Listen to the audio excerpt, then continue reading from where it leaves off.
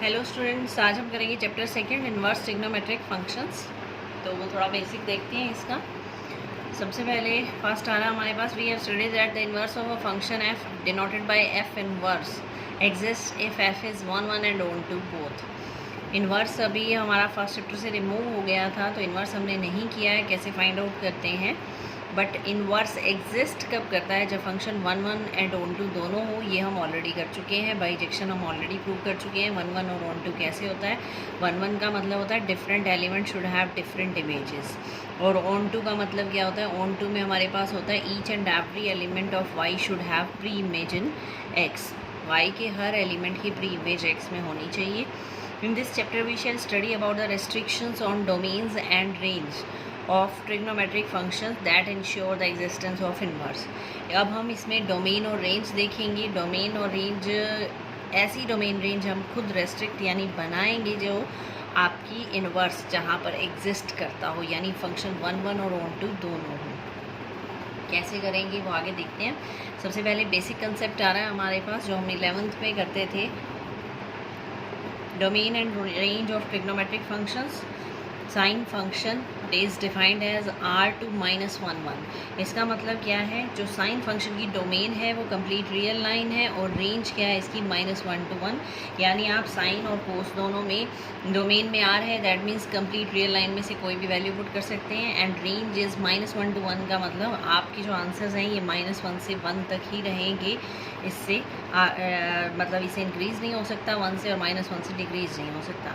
Tangent function r minus 2n + 1 π/2 का मतलब क्या है, जो इसकी डोमेन रहेगी यानी जो वैल्यूज़ आप पुट कर सकते हो कंप्लीट रियल लाइन बेसिस, सिर्फ ये values, that means odd multiple of π/2 आप पुट नहीं कर सकते, क्योंकि ओड मल्टीपल ऑफ π/2 पर आपकी जो वैल्यूज़ हैं वो नॉट डिफाइंड हो जाती हैं। जैसे π/2 90 पे टेंजेंट डिफाइन नहीं है, इन्फिनिटी बन जाता है। इसी तरह 3π/2 270 पर भी इनफाइनाइट हो जाता है। कोट में क्या है हमारे पास, x r माइनस n पाई का मतलब पाई के जितने भी मल्टीपल है, पाई 2 पाई 3 पाई, इन पर जो कॉट x है वो नॉट डिफाइंड होता है। यानी यहाँ पर अगर हम इनकी वैल्यू चेक करें तो ये इन्फिनिटी यानी नॉट डिफाइंड देती है। इसी तरह हमारे पास सीकेंट x है, इसमें भी r माइनस 2n + 1 π/2 है, और कॉसिकेंट में क्या है r माइनस n पाई। तो डोमेन ये है इनकी।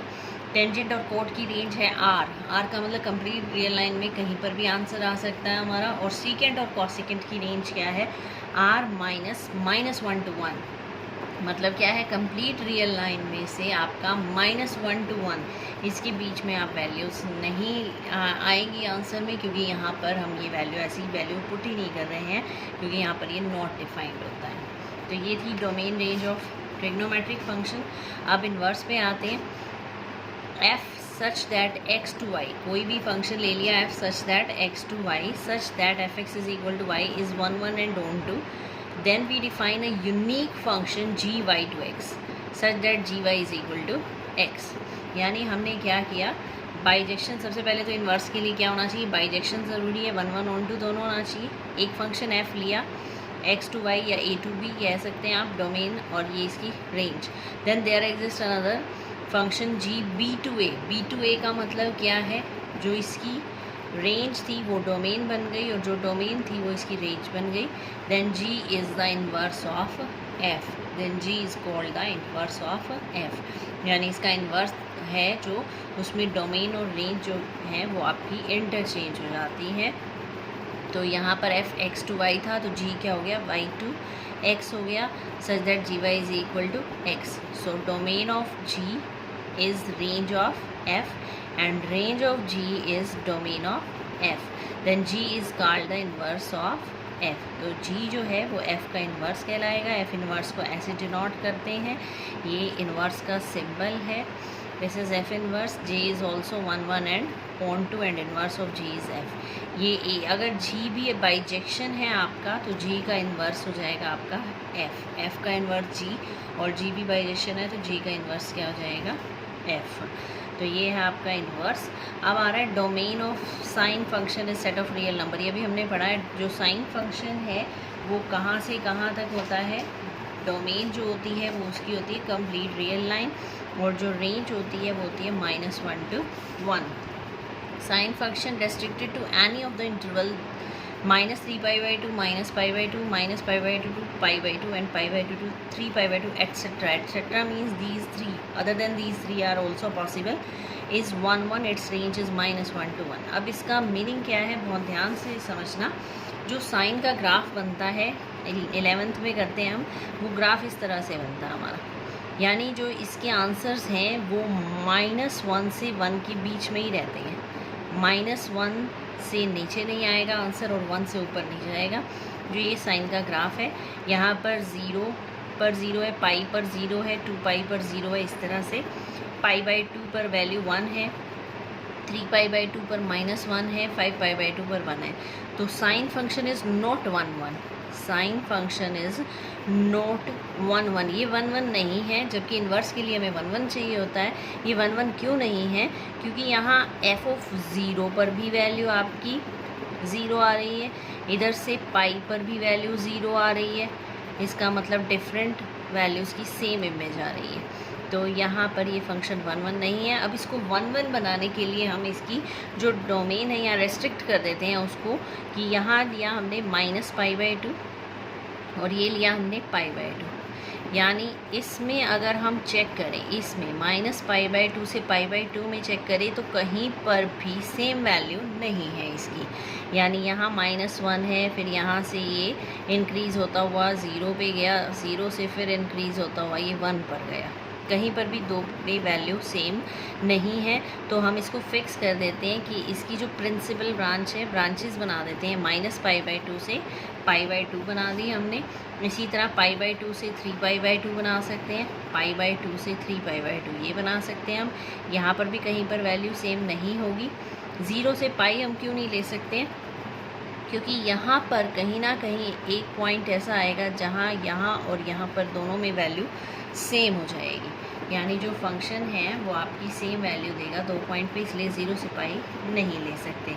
आप इसकी कई वैल्यूज़ ब्रांचेस बना सकते हो, जैसे अभी बताया मैंने, -π/2 से π/2, π/2 से 3π/2, 3π/2 से 5π/2 एंड सो ऑन. इसी तरह नेगेटिव में भी बना सकते हैं हम, -π/2 से -3π/2 एंड सो ऑन. बहुत सारी वैल्यूज़ रेस्ट्रिक्ट कर सकते हैं जहाँ पर फंक्शन 1 1 हो जाएगा. बट इसका क्या, इसको आपको एक फ़िक्स ब्रांच कर देता है कि आपको ये ही लेनी है. तो वो जो फिक्स ब्रांच इसने की है साइन की, वो है -π/2 से π/2. तो साइन फंक्शन 1 1 नहीं होता, ये ध्यान से देखना. दोबारा बता रही हूँ एक बार. और 1 1 sine is not 1 1, but inverse के लिए हमें 1 1 मस्ट है. 1 1 और ऑन टू दोनों होना चाहिए. तो 1 1 बनाने के लिए हमने साइन को रेस्ट्रिक्ट कर दिया. कंप्लीट रियल लाइन लेने की बजाय हमने क्या ले लिया, सिर्फ -π/2 से π/2. यानी यहाँ पर इस वैल्यू में ये 1 1 रहेगा, कहीं पर भी वैल्यू सेम नहीं आएगी. डिफरेंट एलिमेंट्स की डिफरेंट इमेजेस होगी. तो जो डोमेन थी हमारी R2 -1 to 1. अब जो साइन इन्वर्स था वो रिवर्स होना चाहिए. इसने कहा था डोमेन, जो रेंज है वो डोमेन बन जाती है इन्वर्स की, और जो डोमेन रेंज बन जाएगी और रेंज जो है वो डोमेन बन जाएगी. यानी ये इन्वर्स फंक्शन था -1 to 1 to R होना चाहिए था, बट R होने की बजाय ये क्या हो गया, -π/2 से π/2, क्योंकि कंप्लीट रियल लाइन पर ये 1 1 नहीं है. इसी तरह हमारे पास कोसेक्स है 0 to पाई. tan बन जाएगा -π/2 टू tan इन्वर्स बन जाएगा -π/2 to π/2. Cot inverse 0 to pi, secant inverse 0 to pi to -π/2 and cosecant inverse -π/2 to π/2 -0.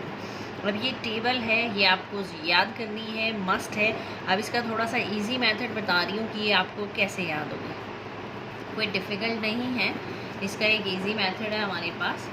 जो 3 वैल्यू है हमारे पास, sine inverse, tan inverse, cosecant inverse. Sine inverse, tan inverse और cosecant inverse, ये 3 वैल्यू जो हैं इनकी प्रिंसिपल वैल्यू ब्रांच सेम है, लगभग सेम है. जैसे साइन इन्वर्स की हमने अभी डिस्कस की कि -π/2 से π/2 है, और tan इन्वर्स की क्या है, -π/2 से π/2 ओपन. ये तीनों इस क्वाड्रेंट में जाएंगे. 4 क्वाड्रेंट होते हैं हमारे पास, फर्स्ट, सेकंड, थर्ड और फोर्थ. प्रिंसिपल वैल्यू ब्रांच का एक ये है रूल कि इसमें कभी भी थर्ड क्वाड्रेंट में आंसर नहीं आएगा, यानी थर्ड क्वाड्रेंट को भूल जाओ। आप जो पहले तीन ये बताए हैं मैंने, sine inverse, tan inverse, cosecant inverse, इन तीनों के आंसर हैं -π/2 से π/2, -π/2 से π/2। डिफरेंस क्या है इसमें, ये क्लोज्ड इंटरवल में है, यहाँ ओपन में है, क्योंकि -π/2 और π/2 पर टैन इन्वर्स डिफाइन नहीं होता, इन्फिनिटी बन जाता है। कॉसेकेंट इन्वर्स भी सेम साइन वाली रेंज है, साइन इन्वर्स वाली रेंज है। डिफरेंस क्या है, सिर्फ एक ज़ीरो एलिमेंट नहीं आएगा, क्योंकि कॉसेकेंट जो ज़ीरो होता है वो नॉट डिफाइंड होता है, यानी सेम साइन इन्वर्स वाली रहेगी रेंज, बट डिफरेंस सिर्फ क्या आएगा, एक ज़ीरो एलिमेंट इसमें से रिमूव करना है। हो गए तीन एक साथ याद हो गए। अब नेक्स्ट आ रहा है हमारे पास जो कॉस इन्वर्स, कॉट इन्वर्स और सेक इन्वर्स, ये तीनों जो हैं वो 0 to π में लाई करते हैं, यानी फर्स्ट और सेकंड क्वाड्रेंट में। फर्स्ट और सेकंड में आंसर आएगा कोस इन्वर्स का, कॉट इन्वर्स का और सीकेंड इन्वर्स का। कैसे आएगा ध्यान से देखना, तीनों सेम है, एक मतलब लर्न किया तो तीनों याद हो जाएंगे। कोस इन्वर्स की जो रेंज है वो है 0 to π। 0 to π का मतलब यहाँ से लेकर यहाँ तक। और नेक्स्ट आता है cot inverse, 0 to π open. Open का मतलब है कोट 0 लें और पाई लें तो उस पर वो नॉट डिफाइंड होता है, इन्फिनिटी होता है, इसलिए हमने ओपन लिया है, यानी end points are not included. Next है हमारे पास सीकेंट इन्वर्स। सीकेंट इन्वर्स में जो कोस इन्वर्स वाली रेंज है सेम है 0 to π। डिफरेंस क्या है, इसमें π/2 नहीं आएगा, क्योंकि सीकेंट π/2 पर इन्फिनिटी देता है, नॉट डिफाइंड। सीकेंट की वैल्यू π/2 पर क्या होती है, infinity, that is not defined, इसलिए इसमें हम सेट की ब्रैकेट लगाइए। सेट का मतलब सिंगल एलिमेंट रिमूव हो जाएगा π/2। तो ये जो तीन हैं आपके cos inverse, cot inverse, sec inverse, ये 0 से π में लाई करते हैं। तीनों की सेम वैल्यू है 0 to π, क्लोज्ड, ओपन। ये सेम कोस इन्वर्स वाली है, सिर्फ π/2 नहीं आएगा। तो पूरी एक्सरसाइज में मेन ये टेबल ही है आपकी, ये रेंज ही है, ऐसे कह सकते हैं कि सिर्फ ये रेंज है जो आपको याद रखनी है, क्योंकि सारे जो क्वेश्चंस हैं वो इस पर ही डिपेंडेंट है, इसी टेबल पर आपके सारे क्वेश्चंस डिपेंडेंट हैं। और ये एक थोड़ा सा ग्राफ है जो मैं और बताना चाहती हूँ आपको, कि ये जो साइन एक्स का ग्राफ है, जो इन्वर्स फंक्शन का ग्राफ बनता है, वो सिर्फ इसमें क्या करते हैं हम, जो ये एक्सिस है इसको रोटेट कर देते हैं, यानी जो आपकी एक्स एक्सिस है वो वाई एक्सिस बन जाएगी और जो वाई एक्सिस थी वो एक्स एक्सिस बन जाएगी। तो आपका इन्वर्स का ग्राफ सेम है साइन वाला, सिर्फ ये 90 पर रोटेट कर दिया गया है। तो जो आपकी वाई एक्सिस थी वो बन गई एक्स एक्सिस, यहाँ वाई एक्सिस थी -1 to 1, तो एक्स एक्सिस पर आपके आंसर आ गए -1 to 1। इधर से ये कंप्लीट रियल लाइन ले रहे थे हम एक्स एक्सिस पर, तो वाई एक्सिस पर ये कंप्लीट रियल लाइन आ जाएगी। इन्वर्स का ग्राफ ये बन जाएगा आपका। ग्राफ सेम है साइन और कोस का, सिर्फ डिफरेंस क्या है, 90 पर अगर साइन को रोटेट कर दें, यानी एक्सिस चेंज कर दें, एक्स एक्सिस को बना दें वाई एक्सिस और वाई एक्सिस को बना दें एक्स एक्सिस, तो ये इन्वर्स का ग्राफ हो जाता है। तो ये था आपका साइन इन्वर्स फंक्शन। इसमें हम सिर्फ इतना ही था कि भाई आपका जो ए बी है पॉइंट वो बी ए में कन्वर्ट हो जाएगा। अगर हम इन्वर्स के अकॉर्डिंग देख रहे हैं तो ए बी पॉइंट जो है वो बी ए में कन्वर्ट हो जाएगा।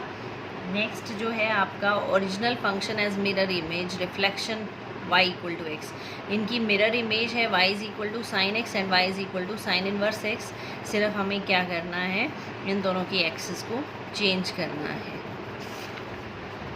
इसी तरह कोस और बाकी सारे ग्राफ आपको दे रखे हैं। तो मेन साइन का इसीलिए बताया मैंने, -1 to 1 to r क्यों नहीं हुआ, r इसलिए नहीं हुआ क्योंकि उस पर ये 1 1 नहीं था। तो ये आपको अच्छे से याद करनी है। मेन आपकी टेबल में जो ये रेंज वाली वैल्यूज़ हैं, इन्वर्स की रेंज, ये याद करनी है। और इसका भी इजी मेथड मैंने आपको बता दिया है कि ये कैसे करना है आपको, कि आपकी जो फर्स्ट 3 वैल्यूज़ हैं, sine inverse, tan inverse, cosecant inverse, same value देते हैं, -π/2 से π/2 में सेम वैल्यूज़ हैं, इजी हो जाएगा याद करना। इसी तरह कोस इन्वर्स, कोट इन्वर्स और सेक इन्वर्स 0 to π में सेम वैल्यूज़ देते हैं, ये भी इजी हो जाएगा। तो ये थी बेसिक आपकी चैप्टर 2 की। एक्सरसाइज में कुछ भी डिफ़िकल्ट नहीं है, बहुत इजी एक्सरसाइज है, सारी स्टेबल पे डिपेंडेंट है, तो इसको अच्छे से करना। बाकी फॉर्मूले हैं वो भी करेंगे 2.1 में। Thank you.